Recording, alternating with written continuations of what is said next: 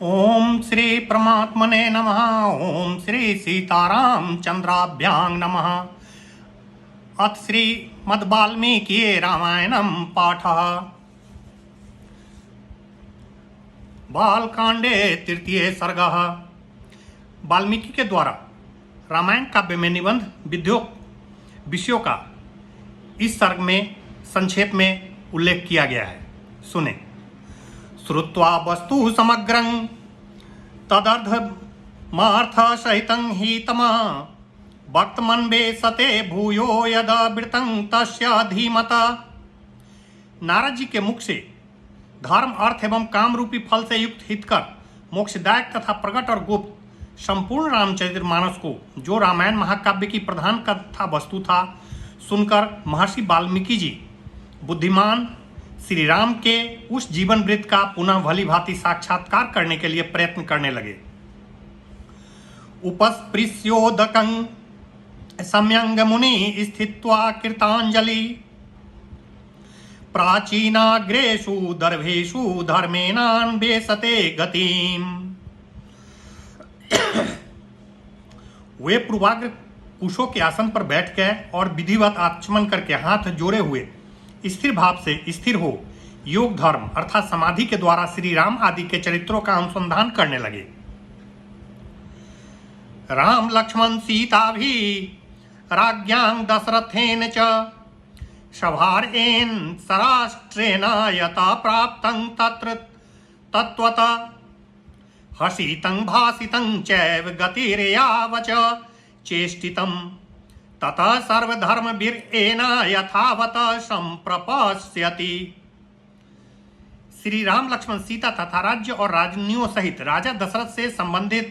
संबंध रखने वाली जितनी बातें थी, हंसना बोलना चलना और राज्य पालन आदि जितनी चेष्टाएं हुई, उनका सबका महर्षि ने अपने योग धर्म के बल से भली भांति साक्षात्कार किया। स्त्री तृतीयेन च तथा यत प्रान्तं चर्ता वने सत्यसन्धेन रामेण तथा सर्वचान्वभयत् क्षत। सत्य प्रतिज्ञ श्री रामचंद्र जी ने लक्ष्मण और सीता के साथ वन में विचरते समय जो जो लीलाएं की थी, वे सब उनकी दृष्टि में आ गई। ततः पश्यति धर्मात्मा ततः सर्वयोगमा स्थिता पुरायत तत्रं निर्वितं पानाबाम लकं यथा। योग का आश्रय लेकर उन धर्मात्मा महर्षि ने पूर्व काल में जो जो घटनाएं घटित हुई थी, उन सबको वहां हाथ पर रखे हुए आंवले की तरह प्रत्यक्ष देखा। ततः सर्वतत्वतो दृष्ट्वां धर्मेण स महामती अभिरामस्य रामस्य ततः सर्वकर्त तू मुद्धता। सबके मन को प्रिय लगने वाले भगवान श्री राम के संपूर्ण चरित्र का योग धर्म समाधि के द्वारा यथार्थ रूप से निरीक्षण करके महाबुद्धिमान महर्षि वाल्मीकि ने उन सबको महाकाव्य का रूप देने की चेष्टा की। कामार्थ गुण संयुक्तं धर्मार्थ गुण विस्तरम समुद्रमेव रत्नाढ्यं सर्वश्रुति मनोहरम स यथा कथितं पूर्वा नारदेन महात्मना रघुवंशय चरितं चकार भगवान मुनि। महात्मा नारद जी ने पहले जैसा वर्णन किया था, उसी के क्रम से भगवान वाल्मीकि मुनि ने रघुवंश विभूषण श्री राम के चरित्र विषयक रामायण काव्य का निर्माण किया। जैसे समुद्र सब रत्नों की निधि है, उसी प्रकार यह महाकाव्य गुण अलंकार एवं ध्वनि आदि रत्नों का भंडार है। इतना ही नहीं, यह संपूर्ण श्रुतियों के सारभूत अर्थ का प्रतिपादक होने के कारण सबके कानों को प्रिय लगने वाला तथा सभी के चित्त को आकृष्ट करने वाला है। यह धर्म अर्थ काम मोक्ष रूपी गुणों फलों से युक्त तथा इनका विस्तार पूर्वक प्रतिपादन एवं दान करने वाला है। जन्म रामस्य सुमहद वीर्यं सर्वानुकूलताम् लोकस्य प्रियतां शांति सौम्यतां सत्यशीलतां। श्री राम के जन्म, उनके महान पराक्रम, उनकी सर्वानुकूलता, लोकप्रियता, क्षमा, सौम्य भाव तथा सत्यशीलता का इस महाकाव्य में महर्षि ने वर्णन किया है। नाना चित्रां कथाश्चान्या विश्वामित्र सहायने जानक्याश्च विवाहं च धनुष च विभेदनम। विश्वामित्र के जी के साथ श्री राम लक्ष्मण के जाने पर जो उनके द्वारा नाना प्रकार की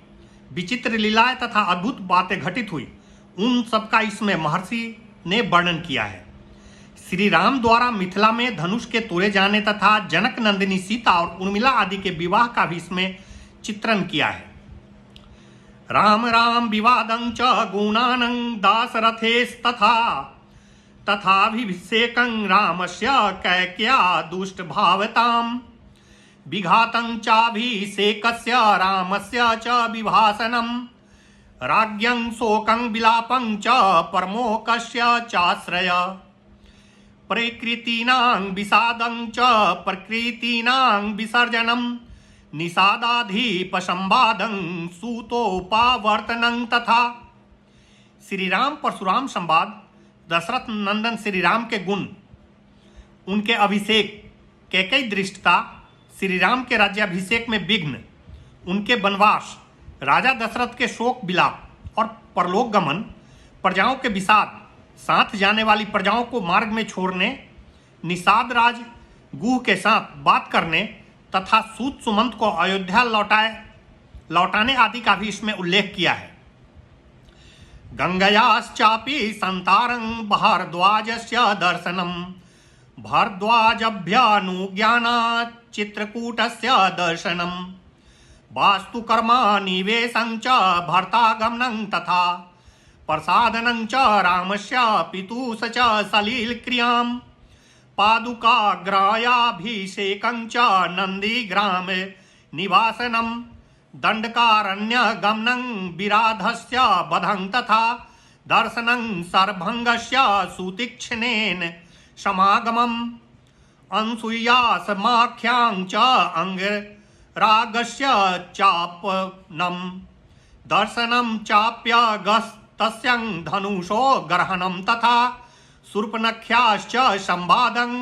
विरूपकर्णं तथा वधं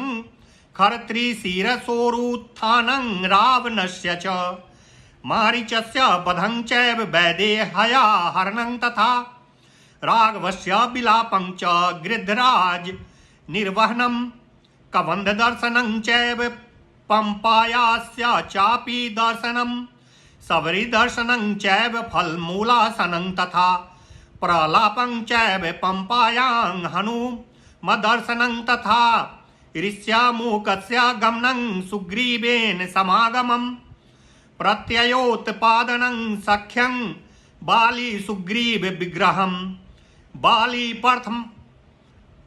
प्रथमं नं चैव सुग्रीव प्रतिपादनं ताराविलापं सम्यं वर्षरात्र निवासनं कोपं राघव सिंहस्य बलाना मूपसंग्रहं दिशं प्रस्थापनं चैव पृथिव्यासस्य निवेदनम् अंगुलीयकदानं च ऋक्षस्यं बिलदर्शनं प्रायोपवेशनं चैव सम्पातेश चापि दर्शनं पर्वतारोहणं चैव सागरस्यापि लङ्घनं समुद्रवचना चैवं मैनाकस्य च दर्शनं राक्षसीस्तर्जनं चैव क्षयाग्राहस्य दर्शनं सिंहिकासश्च निधनं लङ्कामया दर्शनं रात्रो लङ्काप्रवेशं च एकस्यापि विचिन्तनम् आपानभूमिगमन महावरोधस्य दर्शनं रावणस्यापि पुष्पकस्य च दर्शनम् अशोकवनिकायानं सीतायाश्चापि दर्शनम् अभिज्ञानप्रदानं च सीतायाश्चापि भाषणम् राक्षसीतर्जनं चैव त्रिजटास्वप्नदर्शनं मणिप्रदानं सीताया वृक्षभङ्गं तथैव च राक्षसी विद्रवं चैव किङ्कराणां निर्वहनं ग्रहणं वायुशुनोष च लङ्कादाहाभिगर्जनं प्रतिप्लवना मे बाथा मधुनां हरणं तथा रागवाश्वासनं चैव मणि निर्यातनं तथा संगमं च समुद्रेण नलसेतोश्च बन्धनं प्रतारं च समुद्रस्य रात्रो लङ्कावरोधनं विभीषणेन संसर्गं वधोपाया निवेदनं कुंभकर्णस्य निबन्धं मेघनाद निर्वहनं रावणस्य विनाशं च सीतावाप्ति मरेपुरे विभीषणाभिषेकं च पुष्पकस्य च दर्शनम् अयोध्यायश्च गमनं भरद्वाज समागमं प्रेषणं वायुपुत्रस्य भरतेन समागमं रामाभिषेकाभ्युदयं सर्वसैन्य विसर्जनं स्वराष्ट्ररञ्जनं चैव वैदेह्यास च विसर्जनम् अनागतं च यतं किञ्चितं रामस्य वसुधातले तचकारोत्तरे काव्ये वाल्मीकिर्भर्गवान् ऋषि। श्री राम आदि का गंगा के पार जाना, भारद्वाज मुनि का दर्शन करना, भारद्वाज मुनि की आज्ञा लेकर चित्रकूट जाना और वहाँ की नैसर्गिक शोभा का अवलोकन करना, चित्रकूट में कुटिया बनाना, उसमें निवास करना, वहाँ भरत का श्री राम से मिलने के लिए आना, उन्हें अयोध्या लौट चलने के लिए प्रसन्न करना, श्री राम द्वारा पिता को जलांजलि दान, भरत द्वारा अयोध्या के राज सिंहासन पर श्री रामचंद्र जी की श्रेष्ठ पादुकाओं का अभिषेक एवं स्थापन, नंदीग्राम में भरत का निवास, श्री राम दंडकारण्य में गमन, उनके द्वारा विराट का वध, सर्वभंग मुनि का दर्शन, सुतीक्ष्ण के साथ समागम, अनुसुईया के साथ सीता देवी की कुछ काल तक स्थिति, उनके द्वारा सीता को अंगराग समर्पण, श्री राम आदि के द्वारा अगस्त का दर्शन, उनके दिए हुए वैष्णव धनुष का ग्रहण, शूर्पणखा संवाद, श्री राम की आज्ञा से लक्ष्मण द्वारा उसका विरूपीकरण, श्री राम द्वारा खरदूषण और त्रिशिरा का वध, शूर्पणखा के उत्तेजित करने से रावण का श्री राम से बदला लेने के लिए उठना, श्री राम द्वारा मरीच का वध, रावण द्वारा विदेह नंदिनी सीता का हरण, सीता के लिए रघुनाथ जी का विलाप, रावण द्वारा गिरिधराज जटायु का वध, श्री राम और लक्ष्मण की कबंध से भेंट, उनके द्वारा पंपा सरोवर का अवलोकन, श्री राम का सबरी से मिलना और उसके दिए हुए फल मूल को ग्रहण करना, श्री राम का सीता के लिए प्रलाप, पंपा सरोवर के निकट हनुमान जी से भेंट, श्री राम और लक्ष्मण का हनुमान जी के साथ ऋषिमुख पर्वत पर जाना, वहाँ सुग्रीव के साथ भेंट करना, उन्हें अपने बल का विश्वास दिलाना और उनसे मित्रता स्थापित करना, बाली और सुग्रीव का युद्ध, श्री राम द्वारा बाली का विनाश, सुग्रीव को राज्य समर्थन, अपने पति बाली के लिए तारा का विलाप, शरत काल में सीता की खोज कराने के लिए सुग्रीव की प्रतिज्ञा, श्री राम का बरसात के दिनों में माल्यवान पर्वत के प्रस्त्रवन नामक शिखर पर निवास, रघुकुल सिंह श्री राम का सुग्रीव के प्रति क्रोध प्रदर्शन, सुग्रीव द्वारा सीता की खोज के लिए वानर सेना का संग्रह, सुग्रीव का संपूर्ण दिशाओं में वानरों को भेजना और उन्हें पृथ्वी के द्वीप समुद्र आदि विभागों का परिचय देना, श्री राम का सीता के विश्वास के लिए हनुमान जी को अपनी अंगूठी देना, वानरों को ऋग्य बिल स्वयं अर्थात स्वयं प्रभा गुफा का दर्शन, उनका प्रायोपवेशन अर्थात प्राण त्याग के लिए अनशन, संपाति से उनकी भेंट और बातचीत, समुद्र लंघन के लिए हनुमान जी का महेंद्र पर्वत पर चढ़ना, समुद्र को लांघना, समुद्र के कहने से ऊपर उठे हुए मैनाक का दर्शन करना, उनको राक्षसी का डराना, हनुमान द्वारा छाया ग्राहनी शिहिका का दर्शन एवं निधन, लंका के आधारभूत पर्वत त्रिकूट का दर्शन, रात्रि के समय लंका में प्रवेश, अकेला होने के कारण अपने कर्तव्य का विचार करना, रावण के मध्यपान स्थान में जाना, उसके अंतःपुर की स्त्रियों को देखना, हनुमान जी का रावण को देखना, पुष्पक विमान का निरीक्षण करना, अशोक वाटिका में जाना और सीता जी के दर्शन करना, पहचान के लिए सीता जी को अंगूठी देना और उनसे बातचीत करना, राक्षसियों द्वारा सीता को डांट फटकार, त्रिजटा को श्री राम के लिए शुभ सूचक स्वप्न का दर्शन, सीता का हनुमान जी को चूड़ामणि प्रदान करना, हनुमान जी का अशोक वाटिका के वृक्षों को तोड़ना, राक्षसियों का भागना, रावण के सेवकों का हनुमान जी के द्वारा संहार, वायुनंदन हनुमान का बंदी होकर रावण की सभा में जाना, उनके द्वारा गर्जन और लंका का दाह, फिर लौटती बार समुद्र को लांघना, बानरों का मधुवन में आकर मधुपान करना, हनुमान जी का श्री रामचंद्र जी को आश्वासन देना और सीता जी की दी हुई चूड़ामणि समर्पित करना, सेना सहित सुग्रीव के साथ श्री राम की लंका यात्रा के समय समुद्र से भेंट, नल का समुद्र पर सेतु बनाना, उसी सेतु के द्वारा बानर सेना का समुद्र के पार जाना, रात को बानरों का लंका पर चारों ओर से घेरा डालना,